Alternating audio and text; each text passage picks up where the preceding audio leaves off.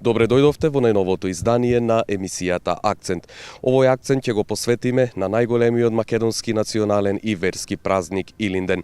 Ќе видиме кратка репортажа за Кичевската конјаница, а исто така и за Мавровско-реканската конјаница, кои од Кичево тргнаа за Крушево. За улогата на Кичево и кичевијата во илинденскиот период, како и во времето на Асном, разговараме со професорот по историја, господинот Душан Ристовски. Акцент започнува. Следете не.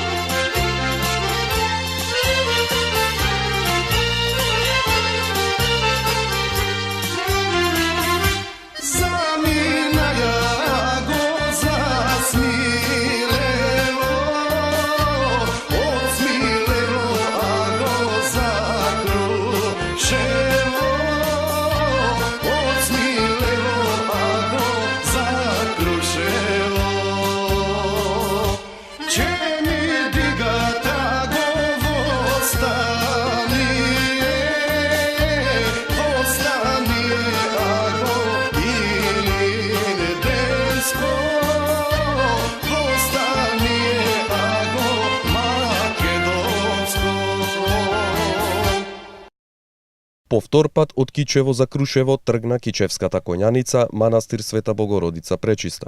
Во чест на големиот македонски православен и историски празник Илинден, 15 доброволци од Кичево, Демир Хисар и Ресен тргнаа од манастирот Свети Ѓорѓија од Кичевското село Кнежино. Оваа година на Кичевската конјаница им се придружи и Мавровско-реканската конјаница со 10 конјаници. И оваа година традиционално кичевчани во голем број ја пречека Кичевската конјаница, манастир Света Богородица Пречиста, која што за големиот македонски христијански празник Илинден ќе треба да пристигне на гумење на Мечкин камен. Тука со мене е еден од редовните учесници и организатор на оваа кичевска чета, господинот Станоја Станојовски. Честитки еве за оваа успешна организација и оваа година. Како се чувствувате еве во моментов сме тука во храмот Свети апостоли Петар и Павле во Кичево, како оди до сега четата? Значи вака, чувствата се неопишливи, први мора да се пробува, мора да се учествува за да се осетат чувствата. Значи некои кои учествуваат знаат, значи ги знаат и кои се чувстват. Значи традиционално ова е втора година на Кичевската конјаница. Оваа година Кичевската конјаница се тргна од манастирот Свети Ѓорѓија во Кнежино, заедно се спои со Мавровско-горно-реканската конјаница, која заеднички влегуваме во славното Крушево на 31 јули. Корените на револуционерните краеви, значи Кичевскиот револуционерен крај е многу познат како еден од најдобрите краеви кај што се регрутирале комити, војводи, како што Јордан Приперката, Дуко Тасев и други. Оваа година војвода на Кичевската конјаница е Христијан Трајановски од село Козица. Војводата се избира од редот на комитите кои седат во манастирот. И од тука, заедно со војводата од Мавровско-Горно-Реканската конјаница, Тони Стефанов, тргнуваме, значи, маршрутата ни од Книжинскиот манастир, се упатуваме кон градот Кичево, имаат свечено дефиле низ Кичевските улици, стигнувавме тука во црквата Свети Петар и Павле, од тука се упатуваме на традиционален ручик во ресторанот Луна, потоа се упатуваме за селото Србијани, каде што ќе му дадеме почит на коњаникот од првата кичевска коњаница, Целе Ѓурчиновски. Потоа се упатуваме во селото Другово, од селото Другово се упатуваме во селото Пополжани, Видрани, Брждани, Свињишта и Козица, каде што вечерва се одржува традиционална комитска вечер во чест на комитите. Наредниот ден, 28 се упатуваме од село Козица преку селата Белица, Прострајни и Велмевци за Илинска црква. Таму коњаницата преноќува.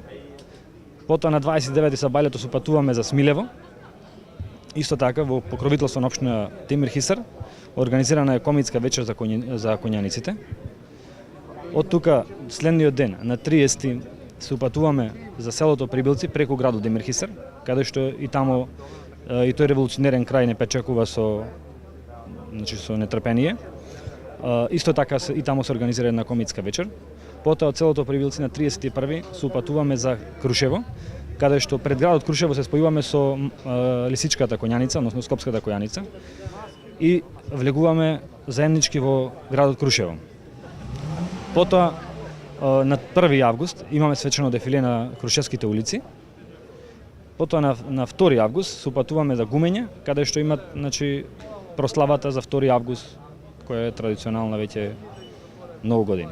Колку коњаници брои оваа година вашата чета? Оваа година брои вкупно 24 коњаници, од кои Мавровско-Горнореканската коњаница брои 10 коњаници, Кичевската коњаница брои 14, од кои имаме од Демир Хисар тројца, од Ресен имаме еден и од Вевчани имаме двајца. Така, која година е поред откако ја имате оваа кичевска коњаница? Ова е 2 година откако традиционално кичевската коњаница обставува. Фактички возобновена е, почетоците се многу одамна. Ова е возобновување. Јас ви посакувам среќен пат да имате, убаво да си поминете низ сите села и низ сите места каде што ќе треба да врвите се до пристигнувањето на 2 август на Гумење во Крушево и сигурно дека ќе се видиме и таму на големата прослава. Секако, ви благодарам многу. Двете коњаници заедно продефилираа низ Кичевските улици, при што беа пречекани и поздравени од голем број граѓани. За здравје и молитва за добар пат, коњаниците го посетија и Кичевскиот храм Свети апостоли Петар и Павле. Овој пат до Крушево традиционално долги години го минува и коњаницата од Мавровско-Реканскиот крај. Јас сум Тони, ја предводам коњаницата Мавровско-Горнореканска.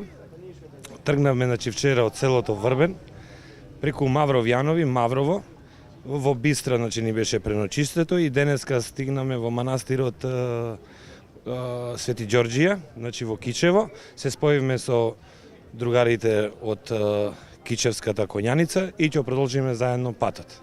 Колку брои коњаницата ваша? Нашата коњаница брои 10 коњани. Која година поред? Значи 2003 беше формирана нашата коњаница, нели со текот на времето после една година паузиравме поради икс причини, се дали се оправдани или неоправдани, да не навлегуваме во тоа. Углавно, еве ќе продолжиме традицијата и мислам дека нема да згасне. Честа да биде главен војвода на Кичевската коњаница, оваа година му припадна на 20 годишниот Христијан Трајановски. Јас сум Христијан Трајановски, годинава сум одбран за војвода во Кичевската коњаница. Ми е чест и задоволство што сум војвода. Ова ми е втор пат што јавам во оваа коњаница. Чувството е неописливо и им пожелувам на сите да пробаат да јаваат до година. Што е точно обврската на војводата на четата? Обврската на војводата на четата на оваа коњаница е да ги собере, да нема проблем при транспорт на коњи, при јавање на коњите на дефилињата.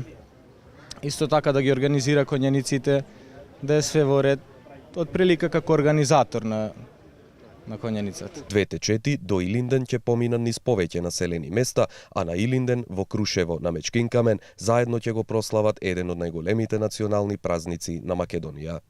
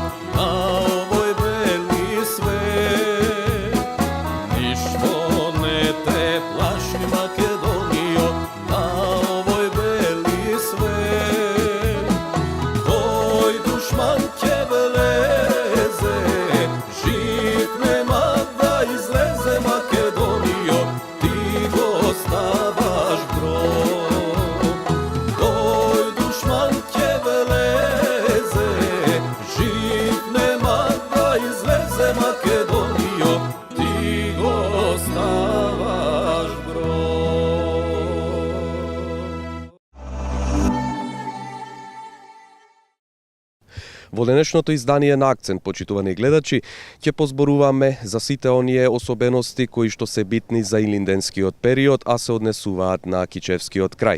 Мој соговорник во денешниот Акцент е професорот по историја во пензија, господинот Душан Ристоски. Господине Ристоски, Кичево сигурно како еден историски момент од самиот илинденски период завзема, можам да речам, еден битен историски момент во самата историја. Што е она што е актуелно во илинденскиот период, а се однесува на Кичевскиот крај? Кои се оние познати војводи и комити кои што биле активни во одредени чети во тој илинденски период и дали можеби одреден дел од нив учествувале и во илинденското востание? За оваа тема треба мало да се вратиме назад, бидејќи Кичевијата е многу врзана со историјата, особено пред илинденскиот период. Многу сакам да спомнам дека во 70-тите години од 19-тиот век со силниот продор на европскиот капитал почнува да слабее турската централна власт. Затоа на овие терени, во турските вилаети, на овие Кичевијата и во Битолскиот вилает, собирачите на данок вршат многу зулуми, го тероризираат македонското население, но почнале и да го тероризираат и муслиманското население, се со цел да соберат што поголем данок. Најтежок данок им паѓал на селаните данокот ангарија, бидејќи без пари биле ангажирани на нивите, во раниците, од сабајле до вечер, без ни еден динар да добијат овие селани. Затоа почнале да се подготвуваат отпор против турските зулуми на овој терен. Најпрво се уваат ајдуците. Во Кичевскиот крај имаме во селата Добреноец, Лапчани и многу села во Копачијата се појавуваат и првите ајдучки чети со цел да го заштитат македонското население од турските зулуми. Но потоа со појавата на натрешната македонска револуционаризација веќе почнале да се организираат и револуционерни комитети. Имено на овој терен само 3 години по формирањето на ВМРО во Солун, во Кичевско веќе имаме формирање на внатрешна македонска револуционарна организација која се формирала во 1896 година во манастирот Света Пречиста Богородица. Не е формирал џаконот Јосиф, кој бил син на учител од Крушево. Оваа организација многу се проширува, особено со доаѓањето на Лука Джеров, кој бил представник од Централниот комитет на основната организација на ВМРО во тој период. Со овие зулуми, за да се скротат, се појавува како продолжение на разловечкото и кресенското востание во 1880 година со центар во Кичевско и Демирхисарско се појавува познатата Брсечка буна. Во оваа буна, покрај дедо Илјо од Илино, се јавува и нашиот Ангеле Танасковски од селото Цер. Тој човек кој е човек со 2 гроба. Него турците го убиле во селото Душугубица, а за да докажат пред турските власти дека е убиен, Ангеле Танасковски му ја земат глата и ја носат во Прибилци. По задушувањето на ова Брсачка буна во овој период продолжуваат акциите во Кичевскиот крај. За одбележување Кичевскиот крај, најпрво по Ресенското советување во 1897 година веќе имаме формирање на прва вооружена револуционерна чета, четата на војводата Дуко Тасев од селото Јудово. Ова чета делува на Кичевскиот терен. Во таа чета на Дуко Тасев се вклучува и познатиот илинденски војвода Јордан Пиперката. Јордан, не можејќи да го трпи теророт на неговото семејство, потесно семејство, населението во Бржанска река, бидејќи стално напаѓале и го палеле селото, особено по убиството на Ремко, тој е од селото Сълб Бек. По убиството на Ремко имаме многу палежи во Копачијата, Малковец, Поповец и другите села се палени, а особено селото Козица во Бржанска река. По убиството на Ремко, рековме, веќе се појавува четата на Дуко Тасев и на Јордан Пиперката. Јордан не можел да го трпи тој терор, отишол во Софија, но во Софија се сретнал со Мирче Ацев, војводата. По добиените инструкции, за кусо време поново се враќа во Кичевскиот крај и формира своја револуционерна чета од 13 војводи во Кичевско и Демирхисарско. Поголемиот дел од четата делува во Демирхисарскиот регион. На овој терен се појавуваат и четите на Арсо војводата, четата на Наче војводата и други војводи кои се појавуваат, а подоцна се појавува и војводата на Ванчо Србакот од селото Вранешчица. Како предисторија на Илинден се појавува познатиот Смилевски конгрес. Овој конгрес е одржан од почетокот на мај месец 1903 година во селото Смилево, Демирхисарско. На овој конгрес, по одлуката донесена во Солун за кревање на востание, таа одлука била препратена до сите револуционерни комитети на теренот, но само Битолскиот револуционерен комитет на чело со Даме Груев ја прифаќа оваа одлука за кревање на востание. На конгресот во Смилево била донесена познатата одлука да се крени востанието на 2 август 1903 година. Но на самиот конгрес зеле учество познатите војводи Арсо, војвода од селото Подвис, Наче од селото Лавчани, Тома Николов, свештеник, кој во црквата Света Недела во Битола ја остава свештеничката одежда и се приклучува во револуционерните чети, особено во Кичевско, и присуствува на конгресот. Тука се и секретарите на четата на Јордан Пиперката, Димитар Спространски, кој доаѓа на самиот конгрес. Јордан Пиперката не бил поканет, но тој доброволно со својата чета отишол во Смилево. Во почетокот бил укоруван за неговата храбра одлука, но се покажало дека таму не прават гости, него тој послужил за силно обезбедување на самиот конгрес и бил после пофалуван од страната на војводите на овој терен.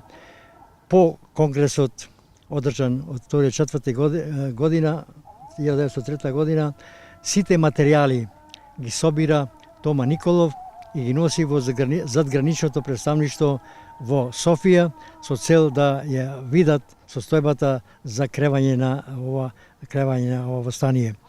Сега според одлуката на револуционерниот комитет, восстанието започнало на 2 август 1903 година. На овој терен Кичевски, точно на полноќ, кога отчукал сатот, часовникот, кој бил овде непосредно во ова кале, кога отчукал 12, од сите страни биле нападнати турските војски кои биле стационирани во местноста Јурија. Тоа е во близина на денешното игралиште, а штабот на турските војски бил сместен токму и лавето, што го викаме, токму на ова место во Кичевското Китино кале. Во нападот учествувале четите на Арсо, војводата од селото Подвис, Начи војводата од селото Лавчани и Ванчо Србакот од селото Вранечица, кој бил началник на Рабетин кол и поречијата. Според одлуката, со силниот напад војводите имале силен успех, но овде доаѓа и ново засилување од Призрен, доаѓа засилување со цел да продолжи према Крушево, но тие доаѓаат на овој терен, тие војски, и дојдува до нов судар. Војводите по нападот во Кичево се повлекуваат према селото Крбуница и Староец и Вранешница. Селските чети, особено селската чета од Вранешница, пружала силен отпор турските војски да не продолжат по патот на Турла за Крушево и понатака. Во овој период имаме големи активности и подготовки за одбрана на ова борба што се води на Кичевскиот терен. Биле стационирани во местноста Ѓурѓејца. Тоа е местност помеѓу селата Кладник и Крбуница. Битката се одвивала на 3 август 1903 година.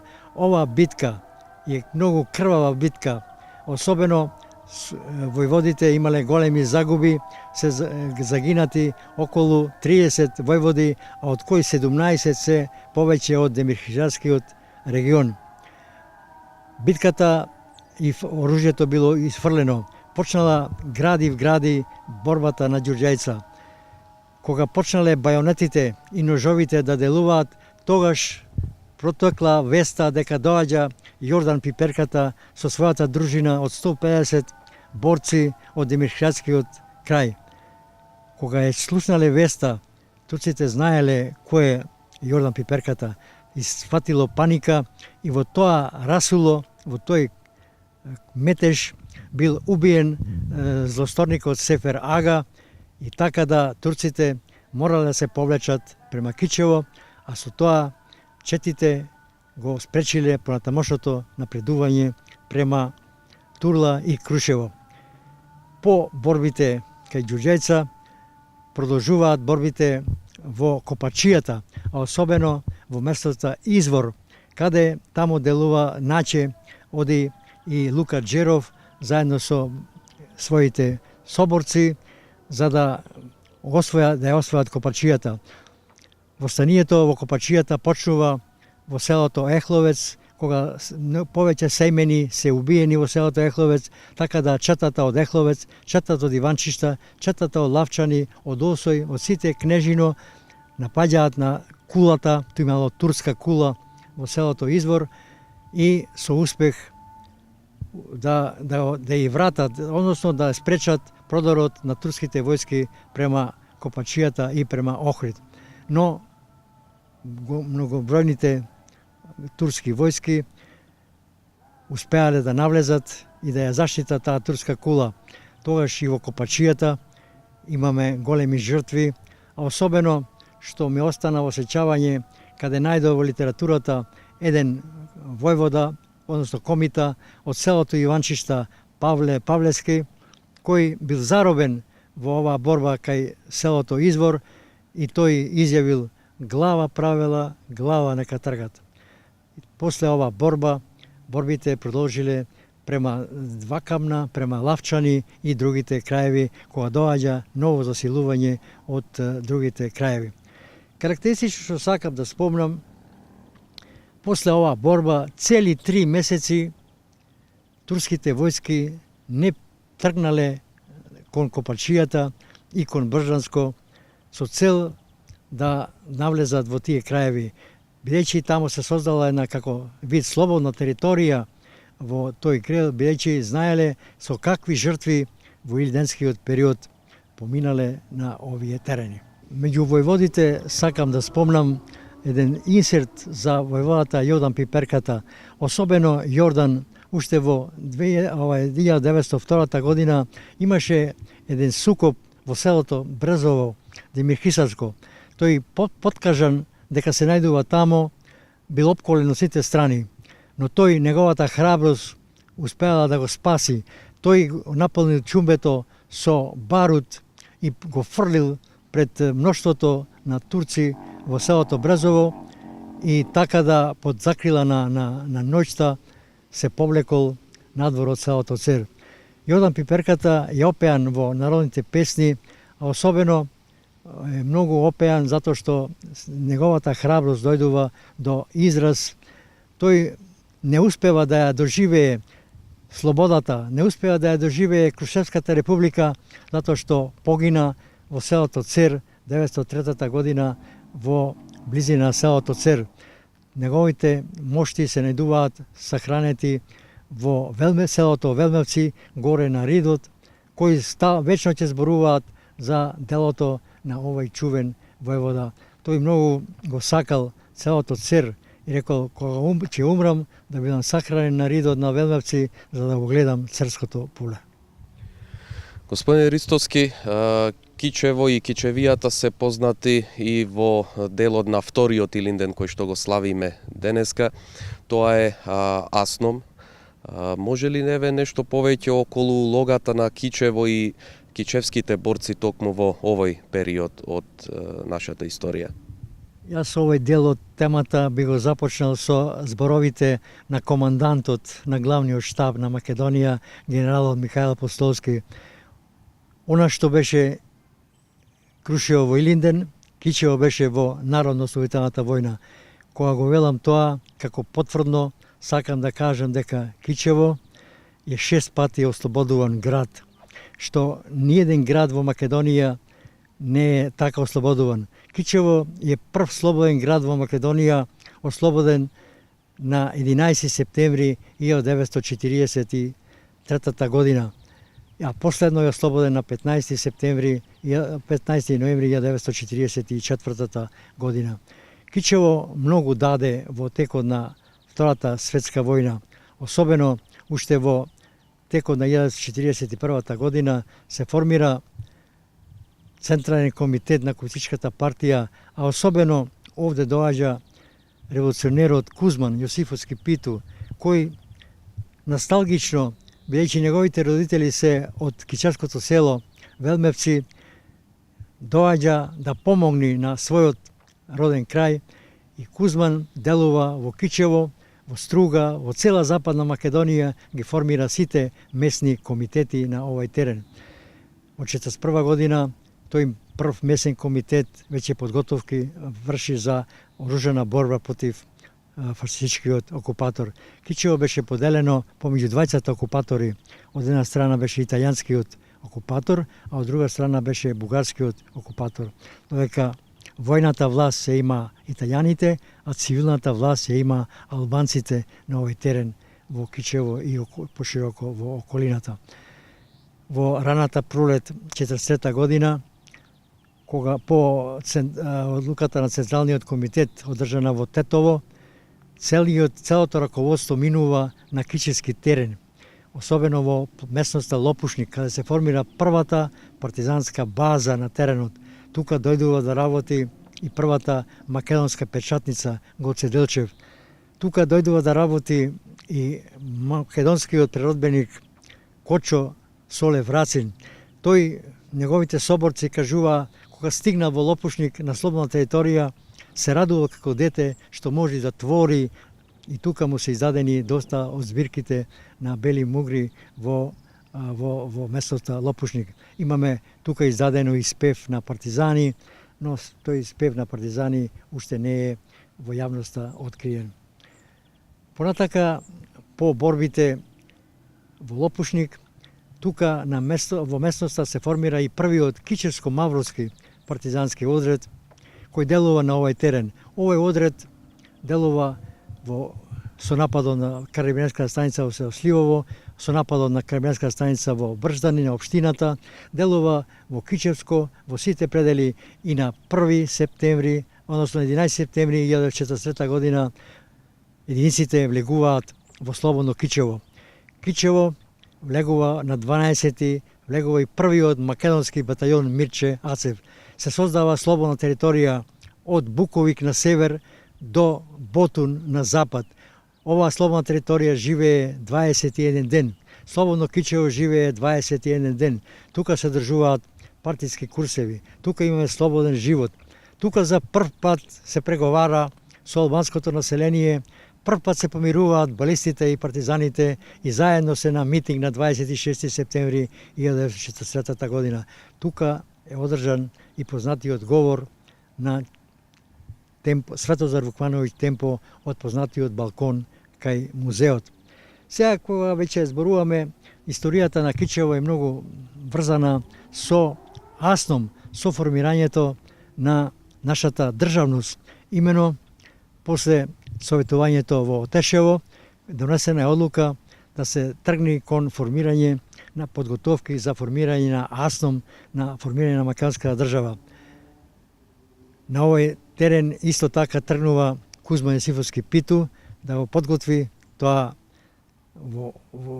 тоа тело во Скопје, но претходно се вршат подготовки за избор на делегати на овој терен. Кичево, во селото Ехловец, во летото 1944 година се избрани двајца делегати за Асном. Тоа е Злате Тренески од селото Кленовец, првоборец, член на Средскиот комитет. А исто како втор делегат од Кичевско е избран доктор Владимир Полежиновски, доктор на Сорбона, човек кој е во првиот месен комитет на Комунистичката партија за Кичево. Тие дојдуваат во Скопје, односно во Равно, во Кајкуманово, на ова заседание.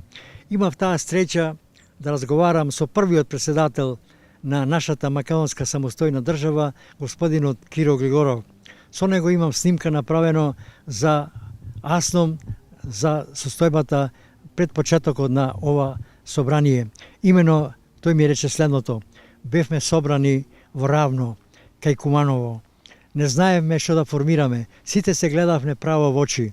Стана Полежина и ни рече: русите имаат президиум, и ние ќе формираме президиум. И така по неговиот предлог. На ова заседание што сакам да кажам дека доктор Владимир Полежиновски, доктор по правни науки на Сорбона, на тоа заседание ја донесе декларацијата од Француската револуција. Тој донесе прв пат за правата на граѓаните во Македонија. Другите собранија, српското, хрватското, босанското, немаат ваква декларација за правата на ова. И тогаш при формирањето на македонска држава веќе го имаме тогаш и додадено покрај македонскиот јазик се кажува и албанскиот јазик и другите јазици на народностите кои живеат во Република Македонија. Се најдуваме пред спомен костурницата која е сместена во Кичевското кале, Китино кале.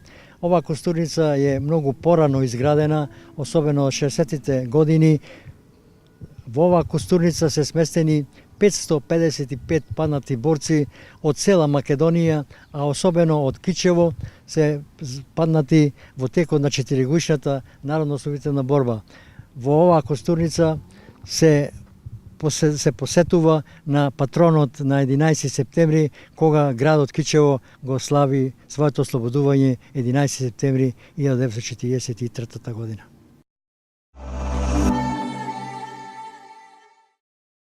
Почитувани гледачи, тоа беше се што ви подготвивме во ова издание на Акцент, со нови содржини наредниот вторник во 20 часот и 45 минути. Довидување.